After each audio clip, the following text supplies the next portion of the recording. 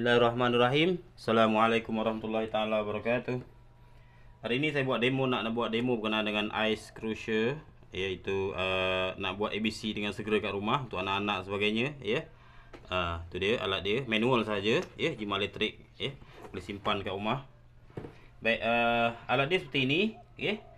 Bila mana kita dah pasang dia punya pemutar di atas ni, dia ada mangkuk dalam dia sekali, okey. Ada pisau lah kat dalam tu untuk mengikis ais, ya. Kita dah masukkan ais dalam ni, ya.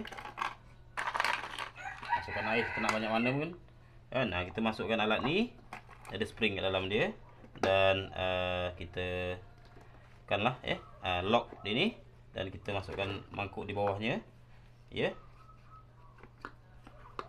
untuk kita tak ada ais, ya.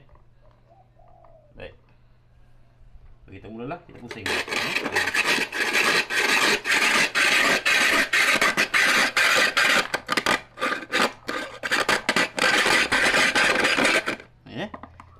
Tu dia dah siap ABC. Tinggal nak curah susu, curah kacang, curah sirap, jadilah ABC.